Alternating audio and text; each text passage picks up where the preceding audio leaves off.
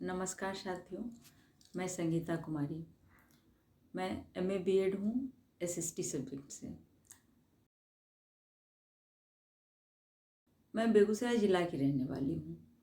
यह बेगूसराय ज़िला हमारे राज्य की औद्योगिक राजधानी के नाम से भी जानी जाती है और यह बेगूसराय ज़िले में एक रिफाइनरी है जिससे यह बेगूसराय काफ़ी विख्यात हो चुका है।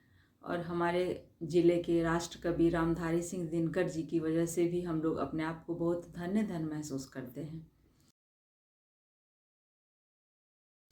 हमारे ज़िले में बेगूसराय ज़िले में डंडारी प्रखंड अंतर्गत उत्क्रमित मध्य विद्यालय सुगरन की मैं शिक्षिका हूँ। मेरे विद्यालय में लगभग 970 से 980 छात्र छात्राएं हैं तथा 12 शिक्षक शिक्षिकाएं हैं। यह एक ग्रामीण क्षेत्र है और यहाँ पर बहुत सारी मूलभूत सुविधाओं का अभाव है लोगों के पास। ये ज़्यादातर परिवार जो हैं यहाँ बीपीएल परिवार हैं और लोगों के पास बहुत सारी असुविधाएं हैं। फिर भी यहाँ के लोग बहुत ही अच्छे हैं और यहाँ के बच्चे भी बहुत अच्छे हैं जो कि बहुत सीखने के लिए हर चीज़ उत्साहित रहते हैं। इतनी कम सुविधाओं के बावजूद वो ज़्यादा विद्यालय आने में विश्वास रखते हैं क्योंकि उन्हें विद्यालय आना अच्छा लगता है। हमारे इस अभाव के दौर में, इस पेंडेमिक के दौर में जो अब ये प्रशिक्षण लाया गया है श्री अरबिंदो सोसाइटी के द्वारा, इसका मैं आभार व्यक्त करती हूँ क्योंकि इस प्रशिक्षण के माध्यम से हमें बहुत कुछ नया सीखने को मिल रहा है। JIIEI प्रशिक्षण में शून्य इन्वेस्टमेंट से, जीरो इन्वेस्टमेंट से बहुत कुछ अच्छे से सिखाने का मौका मिल रहा है।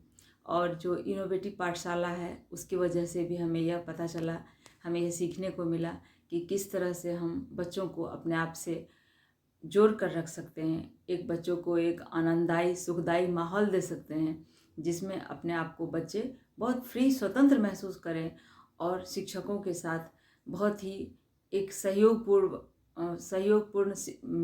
नीति से मिलजुल कर कार्य करें। बच्चे सीखने में आनंद लें और शिक्षक भी सिखाने में आनंद लें, दोनों की ही बराबर सहभागिता हो। यहाँ तक कि बच्चे शिक्षक को अपना दोस्त समझे और यह हमें ये इनोवेटिव पाठशाला में सीखने को मिला है। हमारे जो इसी तहत मैं ये भी बात करना चाहूँगी कि जो हमारे ट्रेनर सौरभ सर जी हैं, ये बहुत ही अच्छे इंसान हैं, बहुत ही खुशमिजाज इंसान हैं। इन्होंने जो सभी शिक्षकों को इस प्रशिक्षण के माध्यम से जोड़ा, सभी को प्रोत्साहित किया और सभी को जब इस सूचित किया कि आपको इस माध्यम से जुड़ना है, इस समय पर जुड़ना है, सभी शिक्षक का इन्होंने आभार भी व्यक्त किया। और बीच बीच में जब ये क्लास ले रहे थे, जब ये वेबिनार चल रहा था, तब इन्होंने बीच बीच में सभी से फीडबैक लिए और सबके फीडबैक के हिसाब से इन्होंने अपना मंतव्य दिया और ये बहुत ही अच्छा प्रशिक्षण में हम लोगों को आज बहुत ही आनंद आया। ये पहली हमारी पाठशाला थी, पहला वेबिनार था, तब भी हम लोगों ने बहुत अच्छे से बहुत कुछ सीखा। अब हम बात करते हैं जो हमारी विद्यालय की मूल समस्याएं हैं। जैसा कि हमने पहले ही बताया, ज़्यादातर परिवार बीपीएल परिवार हैं। यहाँ पे अशिक्षा भी काफ़ी है और मजदूर वर्ग के लोग हैं, तो इनको विद्यालय किस तरह से लाया जाए, ये हम इसी को हम मुख्य समस्या मानते हैं और इसी को हम सुलझाने की कोशिश करते हैं।